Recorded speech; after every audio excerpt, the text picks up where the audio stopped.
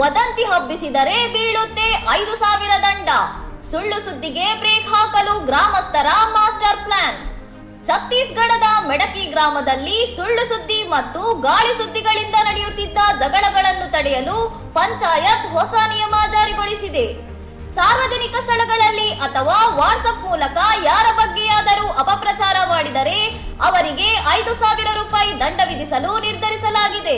ಸುಳ್ಳು ಸುದ್ದಿ ಹಬ್ಬಿಸುವವರ ಬಗ್ಗೆ ಮಾಹಿತಿ ನೀಡಿದವರಿಗೆ 501 ರೂಪಾಯಿ ಬಹುಮಾನ ನೀಡಲಾಗುವುದು ಮತ್ತು ಅವರ ಹೆಸರನ್ನು ಗೌಪ್ಯವಾಗಿಡಲಾಗುವುದು. ಗ್ರಾಮದ ಪ್ರಮುಖ ಸ್ಥಳಗಳಲ್ಲಿ ಈ ನಿಯಮದ ಬಗ್ಗೆ ಬೋರ್ಡ್ಗಳನ್ನು ಹಾಕಲಾಗಿದ್ದು, ವೈಯಕ್ತಿಕ ಗೌರವಕ್ಕೆ ಧಕ್ಕೆ ತರುವವರ ವಿರುದ್ಧವೂ ಕಠಿಣ ಕ್ರಮ ಕೈಗೊಳ್ಳಲಾಗುತ್ತಿದೆ. ದಂಡದ ರೂಪದಲ್ಲಿ ಸಂಗ್ರಹವಾಗುವ ಹಣವನ್ನು ಗ್ರಾಮದ ಅಭಿವೃದ್ಧಿ ಕೆಲಸಗಳಿಗೆ ಹಾಗೂ ಬಡವರ ನೆರವಿಗೆ ಬಳಸಲು ಗ್ರಾಮಸಭೆ ತೀರ್ಮಾನಿಸಿದೆ. ಇನ್ನಷ್ಟು ಸುದ್ದಿಗಳಿಗಾಗಿ ನೋಡ್ತಾ ಇರಿ ಸೌರಂ ಟಿವಿ.